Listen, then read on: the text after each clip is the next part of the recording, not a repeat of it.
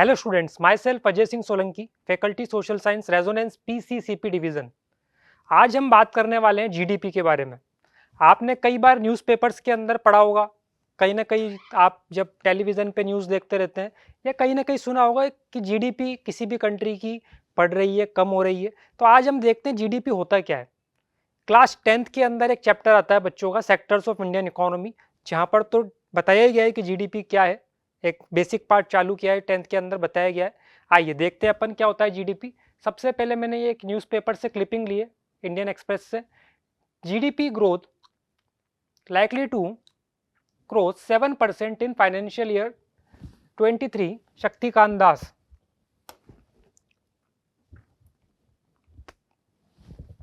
अब यहाँ पे वर्ड कौन सा यूज किया? जीडीपी, ग्रोस डोमेस्टिक प्रोडक्ट, ठीक है। और यहाँ पर एक और हमारे लिए जो इन्फॉर्मेशन काम की है वो है, आरबीआई गवर्नर शक्तिकांत दास ने बताया कि फाइनेंशियल ईयर 2023 के लिए जो आपकी जीडीपी ग्रोथ है वो रहने वाली 7%।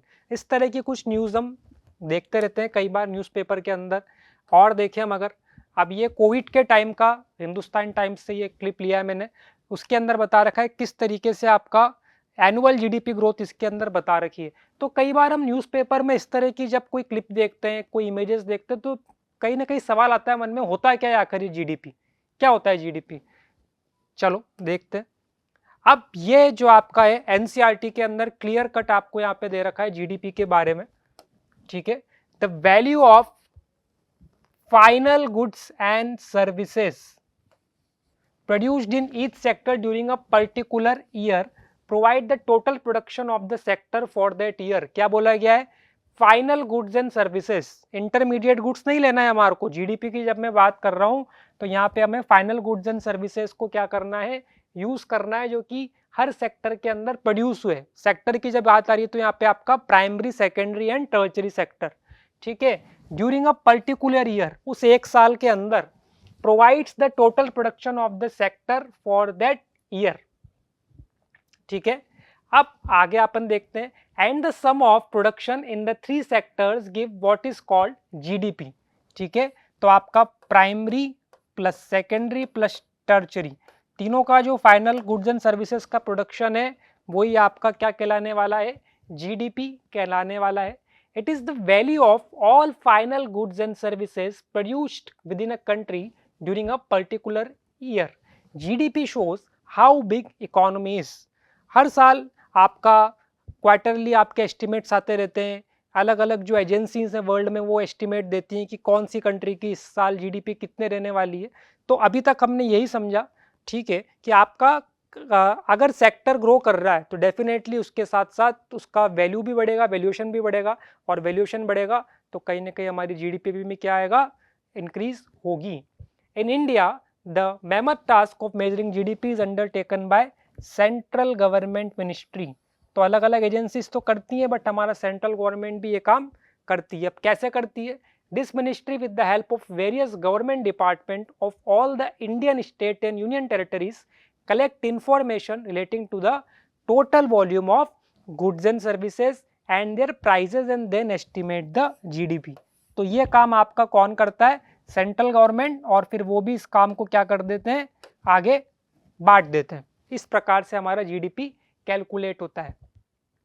Over a long time, more than 100 years, and especially because new methods of manufacturing were introduced, factories came up and started expanding।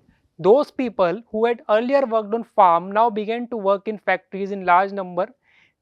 They were forced to do so, as you read in history chapters। अब ये जो पूरा concept है ये basically हमारा बता रहा है कि कैसे शिफ्ट हुआ। पहले प्राइमरी सेक्टर में ज़्यादा लोग एम्प्लॉयड थे, देन सेकेंडरी सेक्टर के अंदर ज़्यादा लोग एम्प्लॉयड है, जैसे जैसे डिमांड बढ़ी। और फिर एक टाइम ऐसा आया जब आज के टाइम की हम बात करें तो जो हमारा सर्विस सेक्टर या टर्चरी सेक्टर है वहाँ पर ज़्यादा से ज़्यादा लोग इस समय एम्प्लॉयड है।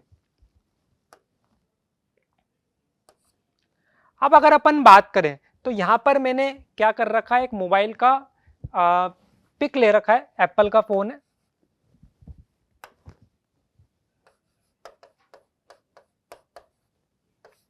अब क्या मुझे एक बात बताएं यहाँ पे, ये इंडिया के अंदर मैन्युफैक्चर हो रहा है या बाहर मैन्युफैक्चर हो रहा है? अगर बाहर मैन्युफैक्चर हो रहा है इंडिया के, और अगर इंडिया के अंदर मैन्युफैक्चर हो रहा है, तो क्या ये जीडीपी में काउंट होगा या नहीं होगा? एक सवाल आता है यहाँ पे। अभी तक तो हमने पढ़ा कि आपका जो प्राइमरी, सेकेंडरी और टर्शरी सेक्टर प्रोड्यूस्ड, जो तीनों सेक्टर है जिसमें प्रोड्यूस हुआ है पर्टिकुलर ईयर के अंदर, वही हमारा जीडीपी कहलाता है। बट साथ में एक और यहाँ पे टर्म में इंट्रोड्यूस करने वाला हूँ जो क्लास 10 तक नहीं रहती है, बट रहती है आपका किसके अंदर, जीएनपी। वो भी मैं आगे आज पढ़ा दूंगा इस कंसेप्ट को भी। अब अगर ये आपका इस टेरिटरी के अंदर मैन्युफैक्चर हो रहा है, अगर ये एप्पल फोन टेरिटरी के अंदर मैन्युफैक्चर हो रहा है, तब तो ये अपन जीडीपी के अंदर आराम से इसको क्या कर सकते हैं, इन्वॉल्व कर सकते हैं, इंक्लूड कर सकते हैं, ठीक है। बट अगर बाहर प्रोड्यूस हो रहा होगा तो आइए देखते हैं। अब आता है आपका एक कंसेप्ट यहाँ पे एक और, GNP. GNP stands for gross national product. What is GNP? It is the total value of all final goods and services produced by country citizen.